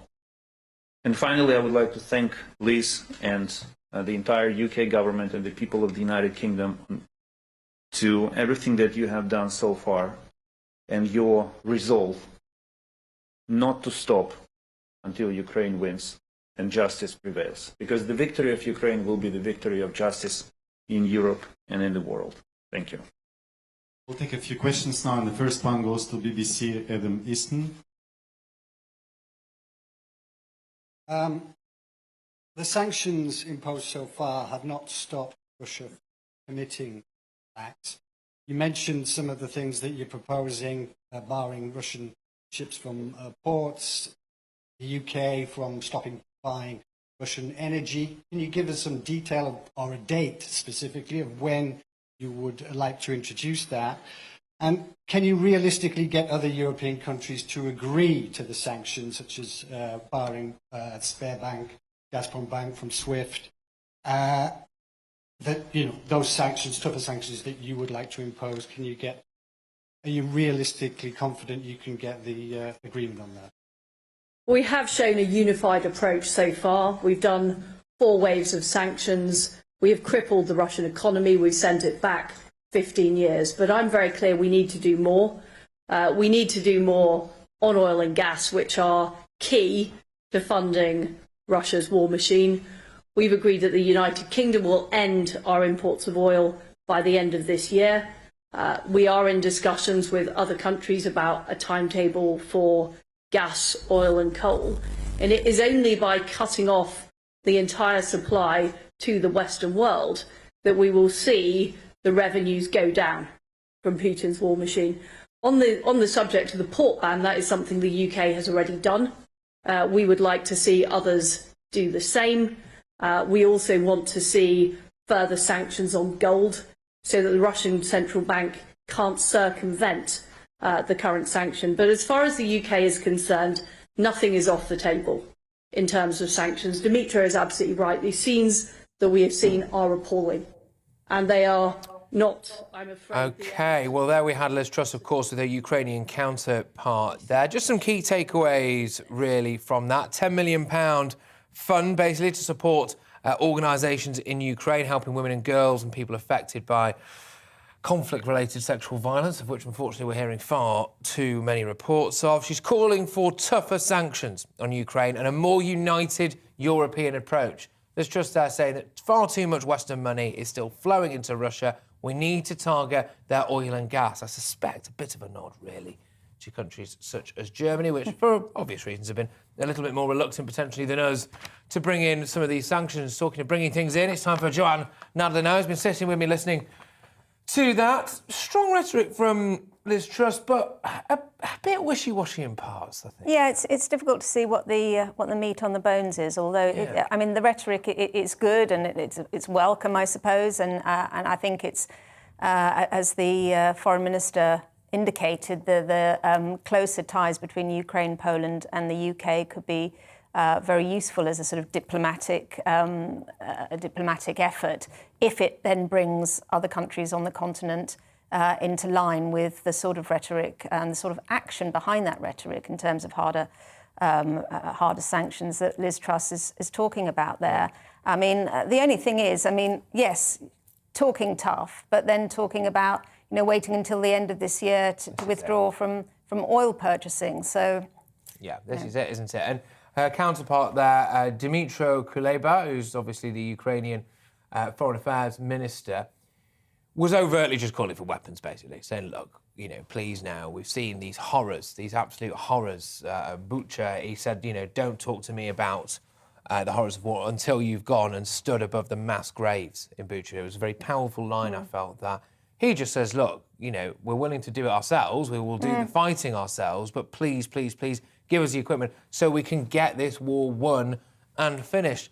It's a tough one, though, isn't it? Because, you know, any provocation needed for Putin, especially if he is a bit unhinged. Well, we heard from Tobias Ellwood, didn't we, earlier in the programme, who's the defence chair, and he seems to have pulled back slightly from the idea of a no-fly zone, partly, I suspect, because we're not sure how effective that would be, but was making some very interesting suggestions about how the West might get together to protect Odessa from a strategic point of view, that there may be an argument NATO could make that there's a strategic requirement that affects NATO countries. So it's not quite the same as intervening into a non-NATO country. No, absolutely right. Well, look, thank you very much for that. We'll be returning to this, obviously, throughout. We are going to give you now, though, all of your latest headlines. Don't forget, email in gbviews@gbnews.uk. Keep those emails coming in thick and fast.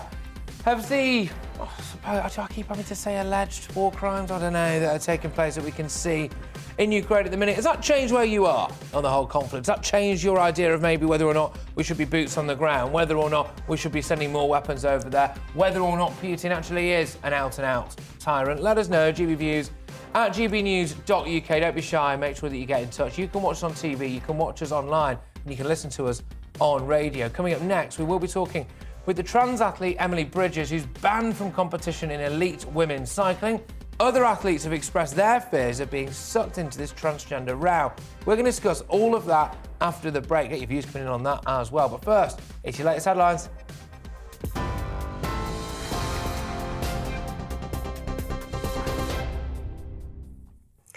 Patrick, thank you. And as you've been hearing, the Foreign Secretary, Liz Truss, is in Poland, and she's called for Russia to lose its membership of the UN Human Rights Council, given what she says is strong evidence of war crimes being committed in Ukraine. The group Human Rights Watch say they've collected evidence of Russian forces committing war crimes in multiple Ukrainian cities.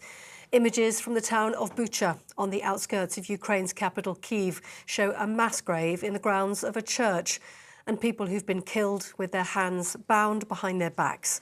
The Kremlin denies any accusations related to the murder of civilians. Environmental scientists are warning that without immediate action to cut greenhouse gases, there'll be catastrophic impacts of climate change. A UN report says it's necessary to keep temperatures from rising above 1.5 degrees by substantially reducing the use of fossil fuels. The UN Secretary-General, General Antonio Guterres, says the world must triple the speed of switching to renewables. The jury has reached a verdict, and it is damning. This report of the Intergovernmental Panel on Climate Change is a litany of broken climate promises. It is a file of shame, cataloguing the empty pledges that put us firmly on track towards an unlivable world. We are on a fast track to climate disaster. Antonio Guterres. Well, for those heading overseas on the first day of the Easter break, flights have been cancelled and cross-channel. Ferries have been hit with major delays. Eurotunnel is warning its rail services to Calais are delayed by 3 hours. British Airways has cancelled at least 115 flights, and EasyJet preemptively cancelled 62 flights scheduled for today, blaming sickness with COVID staff. for shortages. And the EastEnders star June Brown, best known for her role as Doc Cotton, has died at the age of 95. A statement from her family confirmed she passed away peacefully at her home in Surrey on Sunday evening with her family by her side. An EastEnders spokesperson said she was loved and adored and would never be forgotten.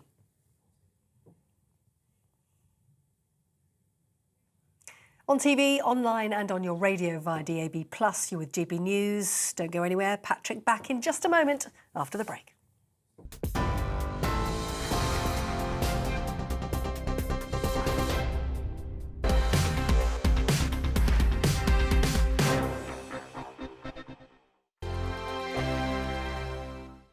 Europe is in the grip of the most devastating humanitarian crisis since World War II. The people of Ukraine are facing unimaginable suffering as their homes are destroyed and their loved ones are killed. Millions of people are being forced to flee for their lives, carrying only their children, their pets, and the clothes on their back. The pain, loss and destruction grows by the day. The people of Ukraine urgently need our help. Already a vast humanitarian operation is underway. Britain's Disasters Emergency Committee, or DEC, brings together 15 leading aid charities to respond to overseas disasters quickly and efficiently. These charities include the British Red Cross, CARE, Oxfam, Save the Children and World Vision. Their teams are working on the ground in Ukraine and neighbouring countries to bring vital aid to those who need it most. If you can spare it, your gift to the DEC's humanitarian appeal will go a really long way. £10 provides essential hygiene supplies for a person for a month. £50 provides blankets for 4 families. £100 provides emergency food for 2 families per month. It's easy to give. You can donate online at dec.org.uk or call the 24-hour donation line on 0370 60 60 900. If you prefer to send a cheque, please post it to the Ukraine Humanitarian Appeal, PO Box 999, London, EC 3A 3AA.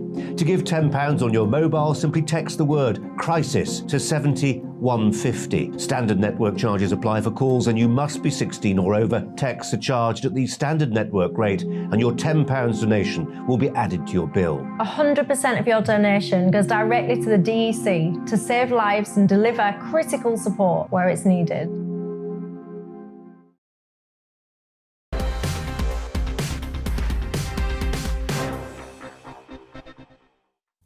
Yes, hello everybody. Now, airlines have cancelled more than 120 flights today, causing chaos at the start of the Easter break. EasyJet and British Airways are blaming rising staff COVID infections for the cancellations. Follows more than 200 flights being cancelled by EasyJet over the weekend. Well, joining me now, who better to have in the studio, is travel editor for The Independent, Simon Calder. Simon, thank you very much, as always, for joining us. Well, this is a massive blow, surely not just passengers, but to the airline industry as well, surely. It's exactly right. So what we have here is, I guess, a pretty perfect storm. You have got suddenly everybody in the country, more or less, deciding, yeah, we haven't had a proper holiday for 2 years. We've had all these ridiculous travel restrictions stopping us coming back into the UK. Those are now falling away right across Europe just this afternoon. The Maltese said, OK, if you're unvaccinated, you can come in a week from today. Just have a PCR test before you come in. France did the same thing a week ago. So basically, everything's getting easier. The weather's improving. And we're thinking, yeah, a bit of Mediterranean sun. At the same time, the airlines are having a terrible time. Like any business, they've got high levels of staff sickness, but they've also, I think, got underlying problems. And that's really during the COVID pandemic, they let an awful lot of great people go. And you can't just hire people with the greatest respect, even your good self. You have to be trained, you have to be security cleared, and that all takes time. I don't think you'd want me anywhere near being in charge of an aircraft, to be honest with you. I can barely run this ship. But no, just in terms of passengers' rights. OK, so I turn up at an airport and they've cancelled my flight. What happens? Well, OK, so for a start, hopefully they will have given you a bit more notice. Now, BA is generally giving people a week or two's notice, which at least means that you're in a good position to exercise your rights. EasyJet, maybe just a couple of days, and I met a lot of people today. I was over at Heathrow earlier who have simply just turned up and found that they are no longer going anywhere. Luckily, the law is absolutely on your side. Brilliant. Here's what you get. The first thing is they need to get you to your destination as soon as possible. So typically, flight yesterday, for instance, London to Lisbon, right, rebook them on Air Portugal. If that doesn't work, then find another way via Paris or Amsterdam or Frankfurt. Get them there that day. That wasn't actually done in the case of the passenger I met. If they do have to keep you overnight, then of course they provide you with a hotel and meals. And crucially, they also, and they seem to be forgetting to remind people about this, they also owe you hundreds of pounds. Short flights, 220, medium range, 350, and long flights, £520. Goodness me. We're also hearing a lot about ghost flights, aren't we, that are taking off. Just run us through what those are as well, because it seems to be a bit of a mismatch here. If those are taking off, I suppose they don't have staff on them, do they? Yeah, OK, so flights to and from the most constrained airports, and we've got, well, pretty much the most constrained airport in the world, Heathrow, as well as Gatwick and various other airports are slot constrained. That means if you want to start up an airline, you can't just say, right, I'll fly from here 3:30 every Wednesday. You're going to have to try and get some slots. Now, they are extremely precious and they are very carefully allocated, and they've got a use them or lose them rule, which basically means unless you use it most of the time, you are going to be in the position of losing that slot. So therefore, it is in the interests of some airlines to fly effectively empty planes, just so they can say, oh yeah, on Tuesday the 4th we took off or whatever, and therefore they keep the slot. It's completely mad. Of course, it's damaging to the environment, and there has to be a better way, but we haven't found it yet. No, exactly. John, I'll just bring you in on this. Yeah, did you have any travel disasters during COVID at all? Or were you just travel serenely around? No, I was very hunkered down at home. It put me off trying to travel. I mean, and in most cases, it was pretty impossible, wasn't it?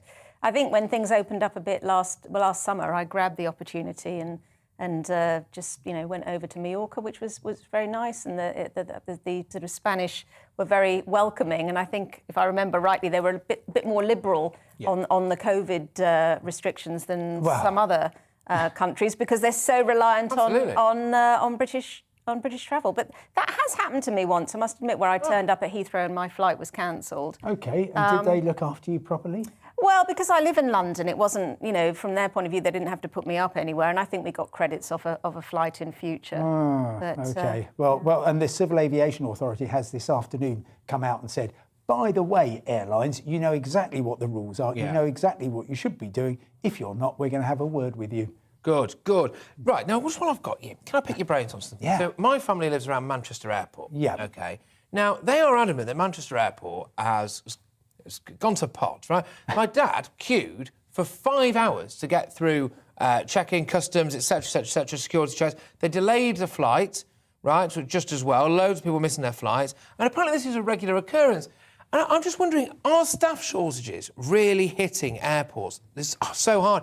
Is that what that is? Because actually, frankly, it puts people off. The next flight he got, he went from Liverpool Airport, because he said, we've used Manchester Airport our entire lives, and he's not doing it anymore because of that terrible experience. And do you think that's down to staff shortage? Do you know anything about Well, it parallels what's happening with the airlines. You've suddenly got this surge in demand. It's actually slightly more difficult for the airports, because effectively they're just servicing the airlines. And if the airlines say, Manchester, we're suddenly going to put on an extra 20 flights, then Manchester kind of has to handle that. Now, we've got a combination of, staff sickness, but an awful lot of people, when you reduce aviation to maybe 2 or 3% of what it was in 2019, then you've got a lot of people on furlough, a lot of people leaving the business. Brexit, I think, has some part to play in this, because there's more and more people who were perhaps from the European Union who aren't here anymore. And bluntly, if you were working in security, and I used to do this at Gatwick,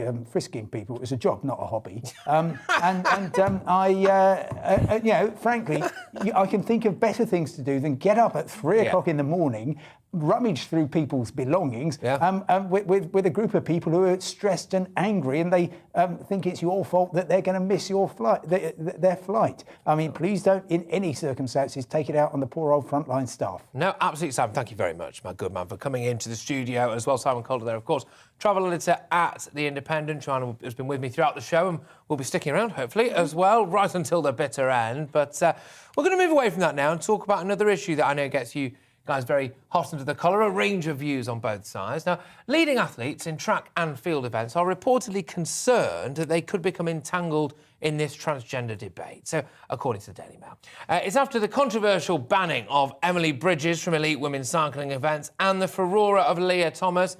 She's been dominating women's college swimming after transitioning to become a woman in 2019. Now, an anonymous British athlete who's won medals at global level told the Mail that she was concerned about women's sport remaining a level playing field. And I know that a lot of people are very, very worried about it. Joining me to talk more about this is Maya Forstater, who's the Executive Director of Sex Matters. Thank you. It's great to see you again. I think we've spoken a couple of times in the past. Good to have you back on the show. Look, is women's sport just going to turn into men's sport? It doesn't have to be taken over completely by men. But all you need is to have one male athlete competing in a women's event, and that's one woman who's lost her place and all the other women who are competing in an event that's not fair.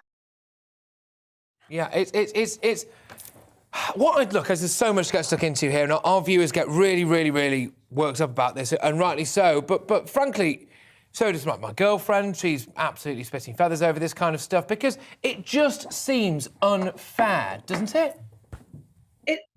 Exactly. It is unfair. Men go through male puberty. They end up with about a 10% athletic advantage over women. And that's why we have women's sports, for women and girls to excel. And allowing males who identify as women to compete in women's sports is simply unfair. Is it cheating? It's not necessarily cheating by the individual. The individual will say they're following the rules, but the rules are not fair. The rules that are being set by the sport governing bodies are not fair, and they need to go back and relook at them. And they've been told by the sports councils, UK Sports Council, Sport England and so on, that there is a choice that they need to make between fairness and safety for female athletes or including male athletes in the women's category. And, you know, we think that's a no-brainer. They need to choose fairness and safety for women. One thing that always puzzles me is, I'm just having a look now as you were talking, actually, I was also listening, don't worry, and about the chairs of some of the, you know, the IAAF, for example, and all too often it's men. I mean, even the one in British athletics here, it's men. So this is men deciding what being a woman is, isn't it? Absolutely, and you know, women's sport is underfunded. It doesn't have the status of men's sport, and now it's being used to validate male identities rather than to allow women and girls to excel in sport. It can only happen because women's sport is undervalued. Yeah, but now, you know, I'm apparently a transphobe for saying that I think women are women. J.K. Rowling is in a similar boat as well. You see all these people, don't you? And Graham Linehan, for example, the writer of Father Ted, we were featuring him on the show earlier today. People with your views, for example, would be called all of this stuff, of course, right? But this is insane, isn't it? I mean, is this not the silencing of people? Is this not a tried and tested tactic to silence people through fear of essentially being ostracised from society? Absolutely, and fear of losing their job, and their marriage and everything. And they want to take the house off you. They want to take everything. They just want to leave you destitute. Absolutely, and you know, and young people, children in school, are particularly vulnerable to social pressure. You know, they want to fit in. Just being cast out from your tribe at school or college is awful. And then, you know, for people at work, they are being bullied and harassed at work for saying the most ordinary thing, for saying that men are male, women are female, and we need rules that are fair. Yeah, Well, the big one that gets me is they always go, are you a biologist? Well, no, but if I was, I would give you the exact same answer, because that's what a biologist would say. But anyway, Maya, thank you very, very much. Maya Forstater there is the Executive Director of Sex Matters and, prominent, outspoken voice. John, just quickly want to bring you in on this. Nigel Farage has joined us in the studio as well. We'll explain exactly why in just a second, Nigel. Joanne... Well, am I barred from speaking on this? No, you've been silent. I was wondering. You've been silent. I thought there was a reason somewhere. But look, your take on this whole issue, really, the trans women in sports. I think to a certain extent, and I'm very, very pleased that Maya and her campaign is kicking off in the way that it is. And I think to some extent we've been sort of spared the full implications of this, because where self-IDing trans athletes have chosen to compete, it seems to have been in sort of team sports. But can you imagine the final at, say, Wimbledon? Yeah. If you had... Well, I can imagine it. I think it's going to happen. So, and then I think it would really become apparent what's happening here. And the fact that, women's sport is being completely and utterly undermined by this and rendered, in effect, ineffective. Yeah, no, I agree. So I think it is a very serious matter, and I think we really do need to ask, who is behind this? What is it exactly they're trying to achieve?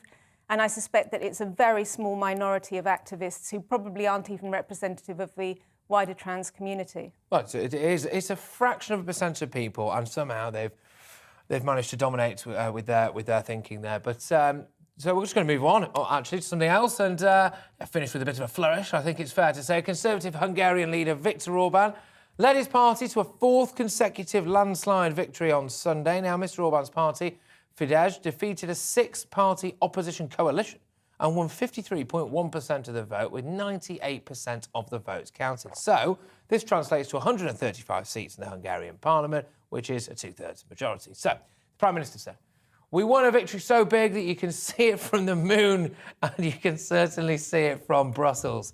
Lovely stuff. I've missed this kind of rhetoric in politics. Now Nigel Farage joins us. Nigel, a good day?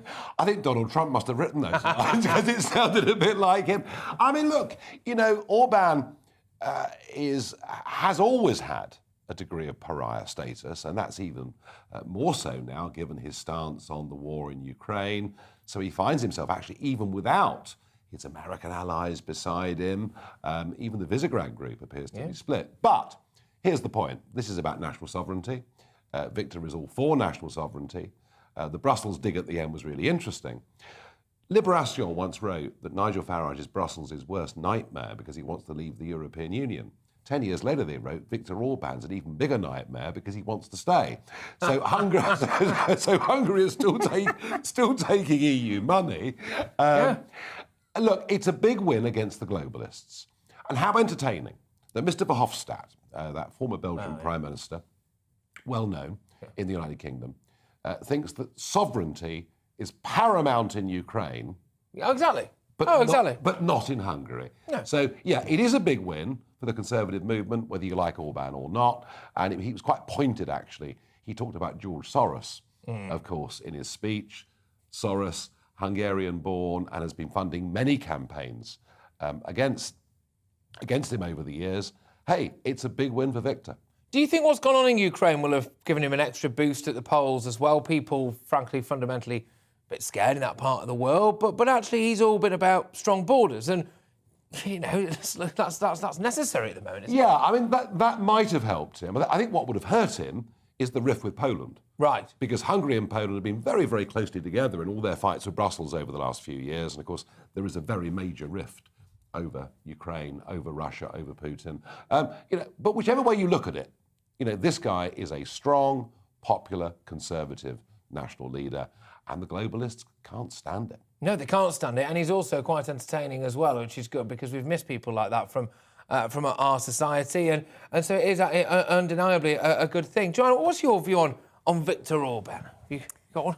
Well, I mean, I do think it's important that we note that there, seasoned observers are saying that the election is perhaps not as fair and open as we would hope it to be in the UK, and that media isn't as there isn't as broad a range of media outlets as you have in other developed democracies, and that might mean that an election by a sitting president or sitting prime minister is easier a re-election rather is easier to achieve without a proper range of scrutiny. But in saying that, I mean, yes, Orban is a charismatic leader, and he does stand for certain qualities and values which find themselves very much distinct to the sort of globalist narrative. I mean, parties in power always have huge advantages. You know, you could argue that a UK government in power has huge advantages in that, you know, if it gets re-elected through powers of patronage and all the rest of it. That's not quite the same thing, though. I mean, well, actually, giving up seats in the House of Lords is really quite close to corruption, I would have said. And if we think our electoral system's perfect, well, just look at the constant postal voting frauds. Oh, I agree with you on that. But I would say this: whatever the press, and there's huge rows about the press in Hungary, the internet there is freely available to everybody, unlike China, Russia, and countries like that. Right, Nigel, thank you very much. I best let you get going, actually. Nigel Farage just reacting, of course, to Viktor Orban's win. Yet another Viktor Orban win, and a landslide at that. But Joanne and I are going to pick through some of our viewers' comments. And just to finish the show, we always like to finish the show with a little bit of you, the viewers. Thank you very much, everyone who's been getting in touch. GBviews at gbnews.uk. Great to have your insight, great to have your views. Now, look, the big debate that we had today, we're returning to this now, John, was on gender-neutral toilets, OK? So it all started because of you guys. It all started because I was getting emails in. For some reason this morning, it really got at you. So I thought, OK, well, let's go and actually see what you guys have been saying. So have you seen the queues at the ladies' toilets? No, I don't want to share. Thanks, that's from Steve. I think Steve there, Joanne, skirting around some of maybe the wider issues about safety and indeed hygiene, I suppose. And it's just gone. Well, I think he's touching on the cultural aspect of maybe there's a sort of gender-specific degree of gossip that goes on. In I see. Yeah. Yes. Well, there you are. Yes, indeed. Gender-neutral toilets shouldn't even be up for discussion. This is from Karen.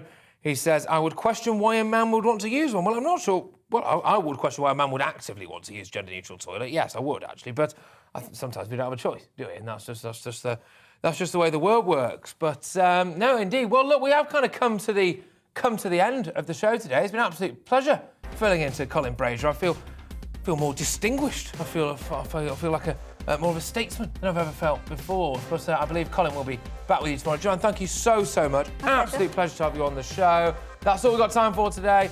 You've been with me, Patrick Christys. I'm back tomorrow morning for To The Point. But up next, it's Jubes & Co. First, though, I'll leave you with the weather.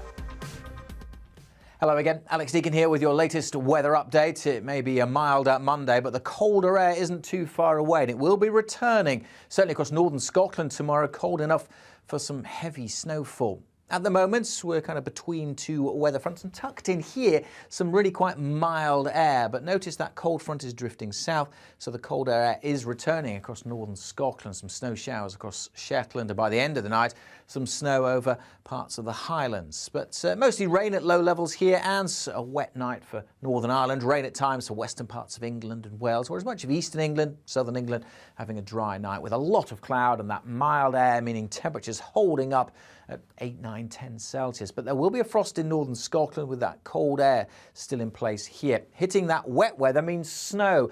Initially just over hills on Tuesday, but coming down to lower levels across northern parts of the mainland. So we are a bit concerned that could cause some disruption, particularly by the end of Tuesday night and into Wednesday. Rain for central and southern Scotland, maybe a little bit for northern England and later Northern Ireland. But for the bulk of England and Wales, it's a fine day on Tuesday. Sunny spells and high temperatures. Look at that, 15, maybe 16 Celsius. Hull up to 15. Manchester 13 or 14 probably. That wet weather will work across Northern Ireland into Northern England during Tuesday evening. The cold air in place still across Northern Scotland. We do have a yellow Met Office warning in place. That snow could cause some issues by the time we get to Wednesday.